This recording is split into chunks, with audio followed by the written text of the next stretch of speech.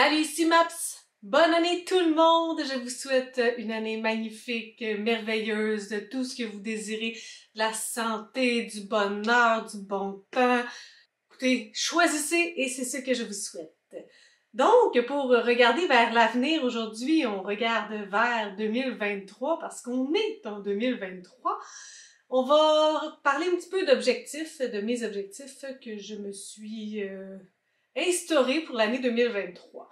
Mais comme vous le savez possiblement, l'année 2023 va commencer pour moi avec un chamboulement, avec un enfant à naître. Donc, pour ce qui est de mettre des objectifs, sachant que l'avenir est incertain, je voulais pas me lancer dans des trucs trop prenants ou trop exigeants.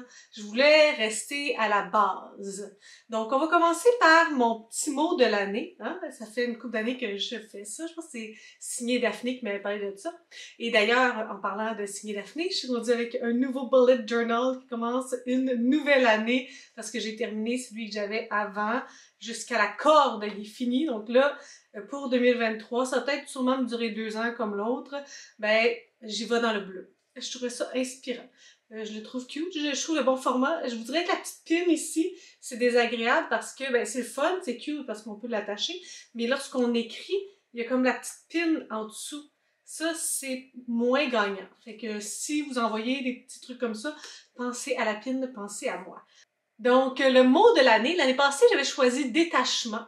Je vous en ai pas parlé de mon bilan hier parce que j'oublie beaucoup de choses de façon générale. On pourrait mettre ça sur la grossesse, mais non, c'est juste moi, de façon globale. Et j'avais choisi détachement en 2022, ce qui, ma foi, a vraiment bien fonctionné. Je me suis détachée de plein de choses, de plein de livres, de plein de lectures. J'ai let it go beaucoup et ça a fait un bien fou.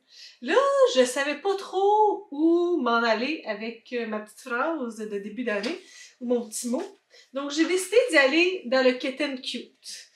Je l'ai même écrit dans mon petit bullet journal, entre mer et monde. Ça va être ma petite phrase de 2023. Donc, pas la mer, mais être mère et les divers mondes que je vais découvrir avec cet enfant, mais aussi dans mes lectures. Donc, entre mer et monde. On y va dans la poésie, seulement là, dans ma phrase, sûrement pas dans mes lectures, cette année. Sinon, parlons du nombre de livres que je veux lire.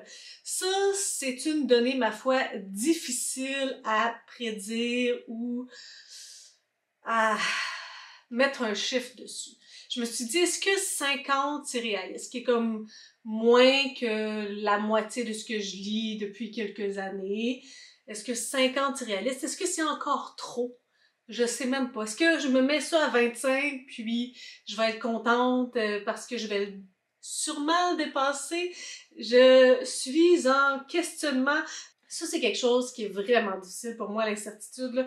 Et étrangement, je pensais que tout le long de ma grossesse, ça serait vraiment complexe parce que tu sais jamais, tu sais. Tu peux pas prévoir, puis il faut que tu acceptes l'imprévu, il faut que tu acceptes que ça n'aille pas nécessairement de la manière que tu veux. Et ça, c'est bien anxiogène pour moi. Je pensais que ça allait être si difficile. Mais là, ça commence à être difficile parce que je sais pas ça va être quoi la personnalité de cet enfant-là, je sais pas comment on va s'organiser, je sais pas comme faire des plans pour 2023 actuellement, là, même si c'est au mois de novembre, ça me donne un niveau d'anxiété intense. Donc, mettre un chiffre sur le nombre de lectures que je vais pouvoir lire, j'imagine que dans 6 mois, je vais pouvoir avoir un meilleur aperçu de qu'est-ce qu'est ma vie maintenant. Et là, aujourd'hui, je ne sais pas. Puis là, je suis comme, si je mets 50 puis j'arrive pas à lire 50, est-ce que je vais être déçue? Même si je regarde pas nécessairement le nombre de lectures, ça va être quand même une diminution drastique de ce que je lis d'habitude. Donc, vous voyez, là, tout ça, c'est comme, je vais mettre 50. On va dire 50, mais je suis pas sûre que je suis bien que ça. Mais en même temps, 25, je trouve ça vraiment bas pour moi, pour le fait que la lecture, c'est ma principale source de divertissement, mon seul passe-temps. Donc, 50. Sinon, ben, il y a toujours cet objectif qui me tient à cœur personnellement. Et cette année, en 2023, là, ben, l'année dernière déjà, j'ai été, ma foi, assez bonne pour lire ma palle.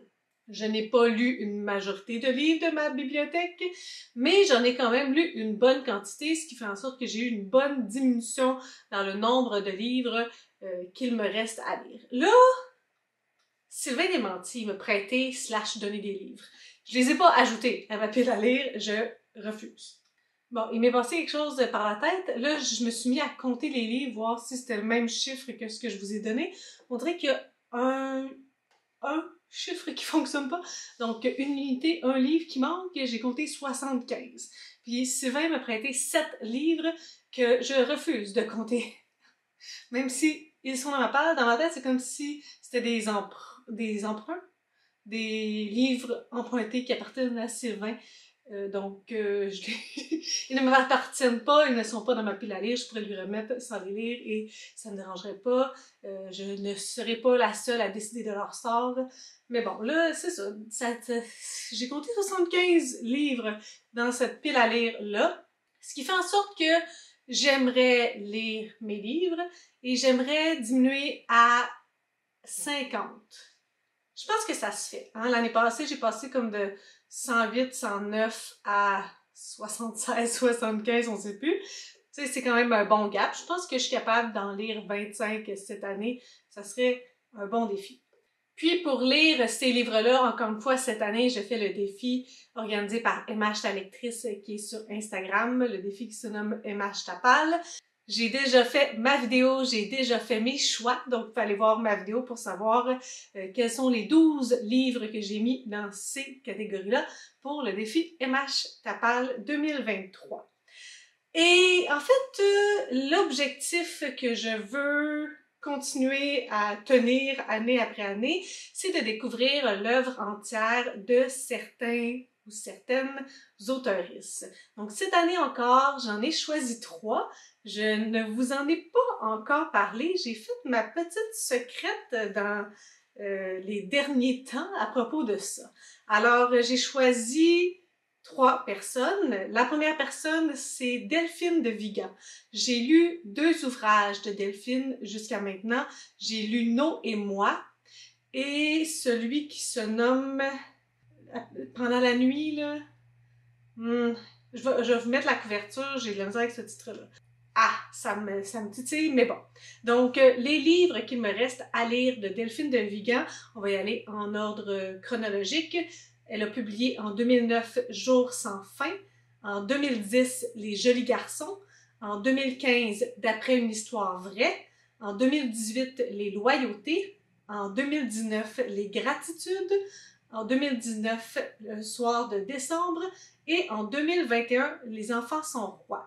Donc, je vais essayer de les lire en ordre, mais déjà, j'ai regardé à la bibliothèque et ça commence semi-bien parce que ces 2 plus anciens ne sont pas à la bibliothèque d'Ottawa. Et puis, je risque de vouloir faire un peu moins d'aller-retour entre Ottawa et Gatineau dans le prochain mois. Donc, je vais commencer par ceux qui sont disponibles ici. Sinon, la deuxième personne, c'est Biz. Donc, j'ai lu Naufrage de Biz et Dérive. Je pense que c'est tout. Il me reste donc à lire Mort terrain, qui a été publié en 2016, La chaleur des mammifères, publié en 2017, Cadillac, publié en 2018, La chute de Sparte, publié aussi en 2018, Les abysses, publié en 2019, et L'horizon des événements en 2021. Et finalement, la troisième personne que j'ai choisie, c'est Martine Delvaux. Donc, j'ai lu uniquement son livre Le Boys Club, que j'ai relu à la fin de l'année, qui est en haut. Je ne l'ai pas apporté avec moi. Donc, en 2009, elle a publié Rose amère. En 2011, C'est quand le bonheur. En 2013, Les filles en série. En 2014, Nan Golding, Guerrière et Gorgone. En 2015, Les cascadeurs de l'amour n'ont pas le droit au doublage. Encore en 2015, Dehors blanc. En 2017, Le monde est à toi. En 2018, Thelma, Louise et moi. En 2020, Je n'en ai jamais parlé à personne. Et en 2021, Pompière et Pyromane. Donc, voici les 3 autoristes que je vais découvrir en 2023. Sinon, ben, je garde le reste pas mal ouvert. C'est sûr que j'aimerais faire au moins 2 entrevues avec Sophie Bienvenue et Samuel Champagne, vu que j'ai déjà tâté le terrain.